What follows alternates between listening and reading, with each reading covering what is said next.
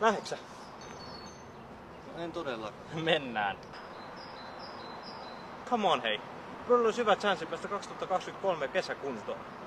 Kato nyt miten hyvä sää täällä on. No pain, no gain. Yökin.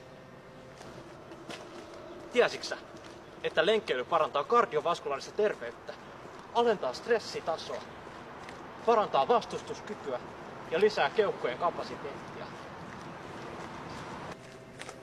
Kuulostaa tosi ihanalle, mutta...